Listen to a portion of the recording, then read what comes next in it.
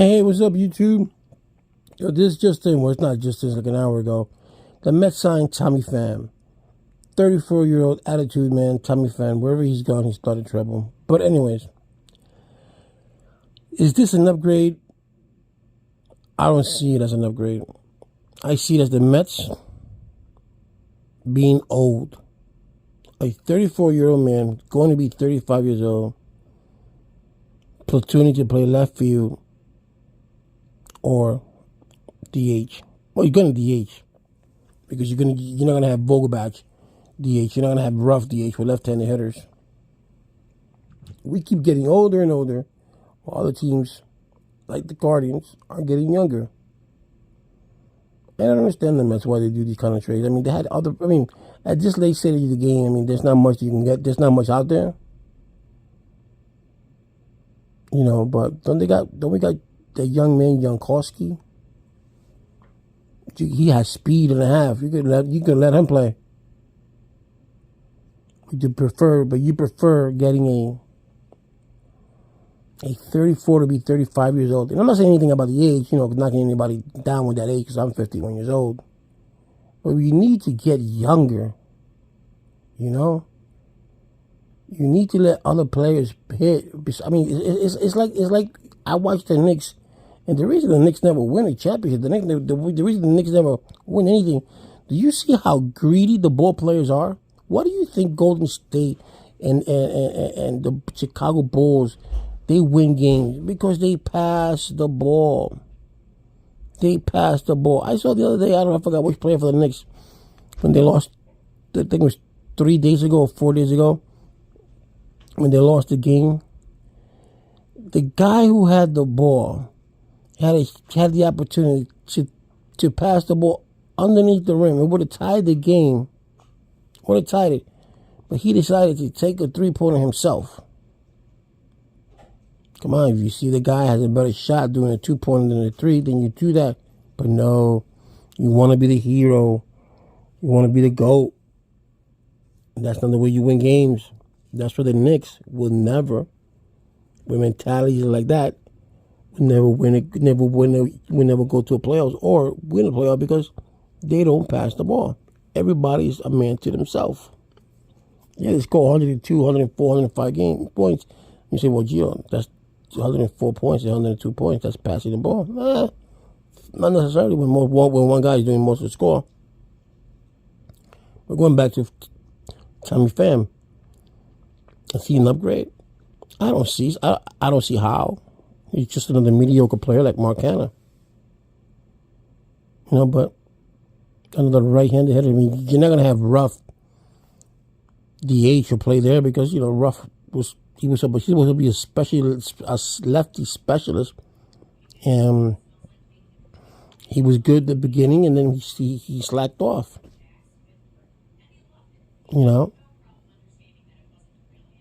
Why have this Tommy Pham playing left field or platoon with Ghana? I mean, we do need a bat, but not like this. I mean, he had 60 home runs last year and 600 and some odd plate appearances in 144 games. I mean, come on, people.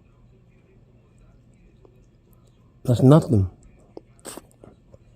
He said his game was going to improve a couple of years ago. His game is not going to improve anymore. It is what it is.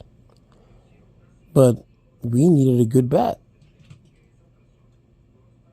We needed a good bat. And I don't want to hear about shit about Carlos Correa, blah, blah, blah. That's old news now.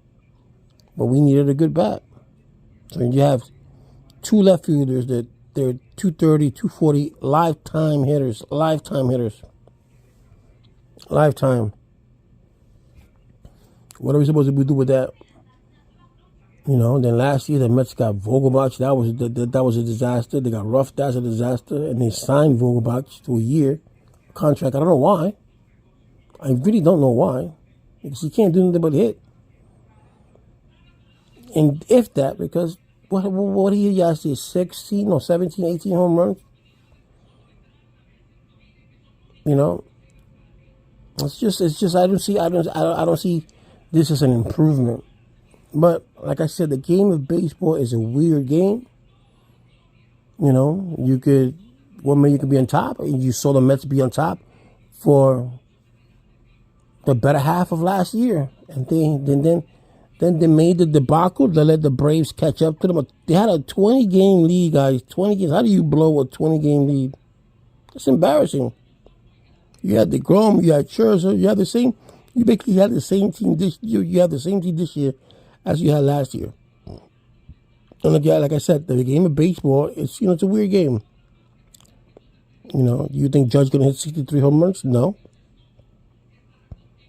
But good players at the end of their contract always say good. This is proven fact. They always say good so they can come back and get a contract. When they get their new contract, they do horrible. Look at Aaron Judge. He did great in the regular season. When it came to the playoffs, he was horrible. I didn't watch the games because I'm not a Yankee fan. But he did horrible. And that's where it counts. It's in the playoffs. And that's where Carlos Correa is good at. It's in the playoffs. But that's neither here or there. I digress. So is this an improvement overall? No, because we just aged and got another bat. That's it. We didn't get a great bat. We just got a bat. That's it. You should just put me there. But we just got a bat. An improvement? No, because like I said, he's just another Mark Canha. There's no improvement. If you give me a hitter that's batting 270, 280 lifetime hitter, I don't care. I'm not a home run player. I mean, I prefer the player. I mean, if he hits a home run, he hits a home run. But I prefer the player putting the ball in play. That's the type of player that I look at. The Tony Gwynn's of the world, okay, and Ishiro Suzuki of the world. Players. Ty Cobbs of the world that put the ball in play. That they hit the ball and the ball goes where it goes. If it's a double play, it's a double play. I don't care. But I prefer my player swinging at a ball, at a ball and hit the ball, and just having a bat there and not swinging at all. Do you remember that with Carlos Beltran? When we played the St. Louis Cardinals and he didn't swing at 3 pitches and they all were strike? Something like that. So I prefer my player, a McNeil player, 380 hitter, 280, 290, a lot of hits. If he bats first or second, you don't expect him to do a lot of runs because he's batting at least at the beginning of the game.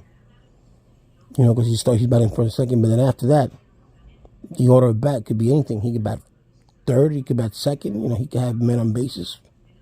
So the opportunity is there, just depending on the people who's in front of the person. So, like I said before, I'm not excited about the signing. Not something to woohoo about. But we'll see. Like I said, the game of baseball is a weird game, Baltimore Orioles last year came out good.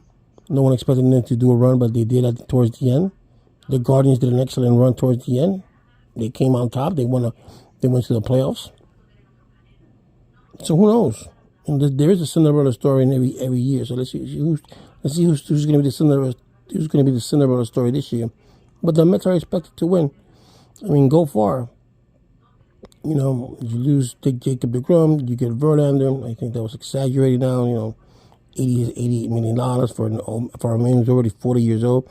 I don't care how good he throws the ball. So we're gonna see how this year unfolds. We'll see how this year unfolds. I just hope that not deGrom. I just hope that Scherzer pitch is good. I heard that Verlander pitch is good. That Canada pitch is good. Peterson pitch is good. All of our pitch is good. I hope that Peter Alonso can stay away from swinging at everything that comes his way. It's the same way as Lindor. Lindor is the same thing. They'd be more patient at the plate. You should know what these players are going to throw already because they know what you're going to hit. But look at Peter Alonso's bats last year. Everything he swung at was down and away, because they know they're throwing at you that down and away because that's the way they're gonna. They know that you're gonna swing at that. I remember one point when Jeff McNeil swung the first pitch, because he knew it was a fastball. I'm not a firm believer in that. Let the first pitch go by because you're giving an advantage to the pitcher. And that ball's coming down the middle. Swing. You never know what's gonna happen. You just swing.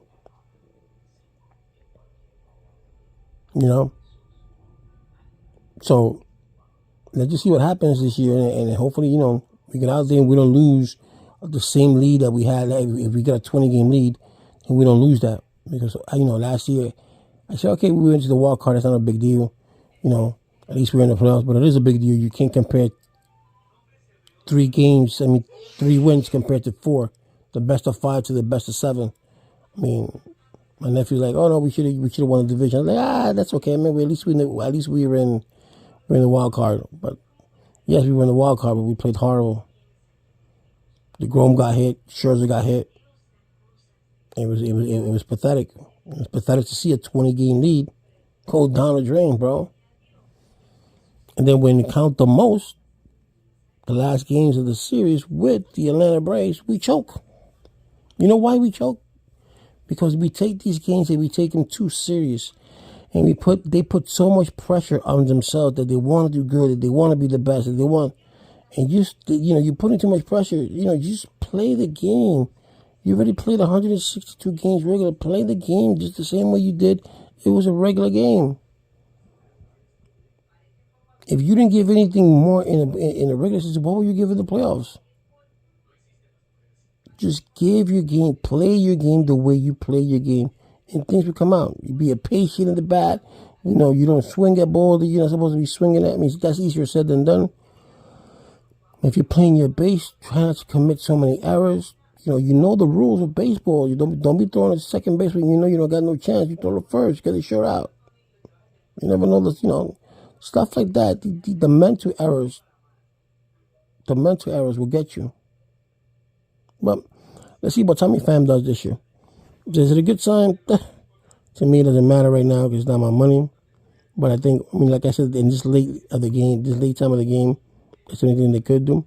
But they had the chances to get good. They had their chances to get good players. If the Mets were really, really serious, they should have gotten Trey Turner. But Trey Turner wouldn't have gone to the outfield like the Mets said they wanted to. He definitely wasn't going to move to third base, or Lindor wasn't going to move to third base. And anyway, I don't think Lindor has an arm to be a third baseman. He's not built that way anyway. But we had chances to get out there. I mean, I don't want to hear no talk like, no Thaney's going to come next year, or my child's going to come next year. Man, that's next year, bro. We're talking about this year. Steve Cohen said that in 5 years he wants to produce a winner. And so far, he's getting crappy results, to be honest with you. Because they're making... Look, to be honest with you, I'm gonna be honest. I would have never gotten Mark Scherzer, not at that price, or especially Verlander, not at that price. I would have never signed Nemo at that price. Never.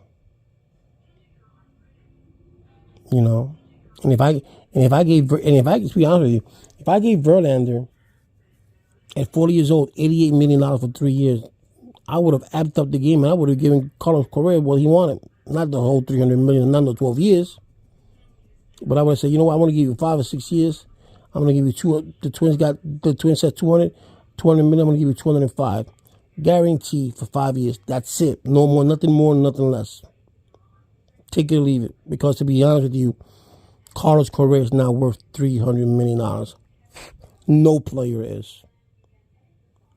Okay? That Trout deal was dumb. Because Trout has a bad back. And even with that, how many championships has Trout been to? 1. Because if you don't, if you don't put your team together, who do the Angels have besides Ohtani and Trout?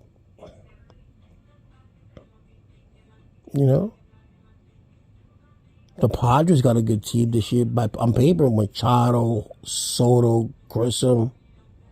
That's a good lineup. But let's see what happens, guys. Let's see what happens. The game of baseball is a weird game, so let's go Mets.